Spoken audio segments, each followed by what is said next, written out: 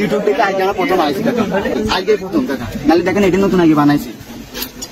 কোন কর্মকার এইটা হচ্ছে আমার কাছে সে জানে যে কাজের জন্য বানাচ্ছিস। আমি ভাই বাসায় আসি আজ 3 বছর ধরে কালীগঞ্জে আসি, পড়াশোনা করি, নিজের গাড়ি ভাই এরকম কাজ করি, পড়াশোনা করি। ভাইরে বাংলাদেশ যে ডিজিটাল হয়েছে, উন্নত হয়েছে, তার বাস্তব উদাহরণ হচ্ছে এরা দুইজন। এরা দেখেন এত পরিমাণে বাংলাদেশ উন্নত হয়েছে যে ইউটিউবে এখন সকল ধরনের গাইডলাইন পাওয়া যায়। এরা ইউটিউবে কিভাবে চুরি করতে হয় সেইটা দেখা, ভিডিও দেখে তারপর যে মোটরসাইকেল চুরি করতে গেছে, দুঃখের বিষয়, একদম কষ্টের এবং দুঃখের বিষয় হচ্ছে ভাই এরা ধরা খেয়ে গেছে। এই কারণেই আসলে ইউটিউবাররা বলে, আমিও মাঝে মাঝে কিন্তু বলি যে ভিডিও দেখবেন, পুরোপুরি দেখবেন, টেনে টেনে দেখবেন না। এই টেনে টেনে দেখার কারণে হয়তো বা তারা ধরাটা খাইছে। ভিডিও যদি পুরোপুরি দেখতো, চুরি করা ভিডিওটা হয়তোবা যিনি তৈরি করছেন তার ভিডিওটা যদি পুরোপুরি দেখতো হয়তোবা ধরা খাইতো না। আর না হইলে ওই ইউটিউবারের হয়তোবা কোনো ভুল আছে, তিনি হয়তোবা প্রপারলি জিনিসটা দেখায় নাই, অথবা এই যে এরা দুজন রিলেটেড আরো যে ভিডিওগুলো থাকে মানুষের, সেই ভিডিওগুলো যদি একটু ভালোভাবে দেখতো তাহলে হয়তোবা ধরাটা খাইতো না। দেখেন কি লেভেলের উন্নত হয়েছে বাংলাদেশ, কি লেভেলের ডিজিটাল হয়েছে। আমার বন্ধু লালটু, সে আলু ভর্তা তৈরি করবে, এই কারণে সে ইউটিউবে গেছে দেখতে।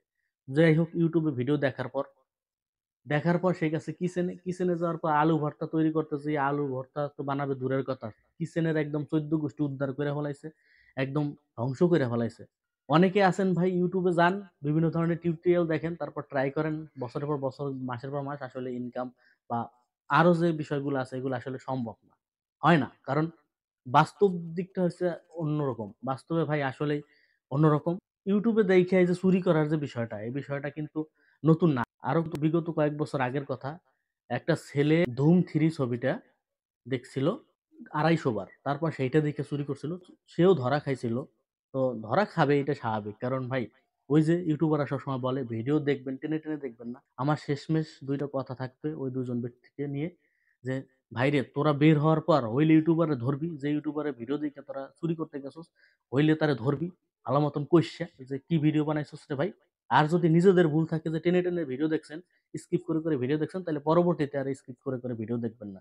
আবার দেখা যায় যে বর্তমানে ইউটিউবে ঢুকলেই দেখা যায় বিভিন্ন ধরনের তাবিজ বিক্রি করে, মানে কোর্স বিক্রি করে, এরকম পাবলিকের অভাব নাই সোশ্যাল মিডিয়ায়। দেখবেন যে আরো এরকম আসলে কারা এরকম তাবিজ বিক্রি করে চুরির উপর, তাদের কাছ থেকে আসলে তালিম নিতে পারেন। নাইলে ভালো ইউটিউবার যারা আসলে চুরি বিদ্যা এরকম শিখায়, তাদের কাছ থেকে ভালো এরকম পরামর্শ না নিয়ে ভাই এরকম মোটরসাইকেল হুটহাট চুরি করতে যদি যান, তাহলে তো এই ডিজিটালের গাড়ি মারা দিয়ে দিয়েছেন। ডিজিটালের যে একটা ব্যাপার, যে এই যে বাংলাদেশ যে ডিজিটাল হয়েছে, ইউটিউবের থেকে যে শিক্ষা, যে আপনি যে এই যে ধরাটা খাইলেন, এর তো ইউটিউব থেকে ভিডিও ভালোভাবে না শিখে যদি এইভাবে কাজ করতে যান, তারপর তো ইউটিউবারের দোষ হবে, তারপর আসলে এই প্ল্যাটফর্মের দোষ হবে।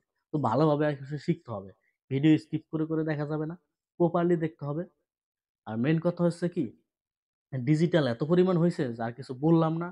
বর্তমানে সবকিছু আপনি এখন হাঁকতে যাবেন, আপনি কিভাবে দাঁড়াবেন, আপনি কিভাবে আস্তে পাত দিলে শরীরের জন্য ভালো, না জোরে পাত দিলে শরীরের জন্য ভালো, সকল ধরনের সবকিছু টিউটোরিয়াল এখন বর্তমানে পাওয়া যায় ইউটিউবে।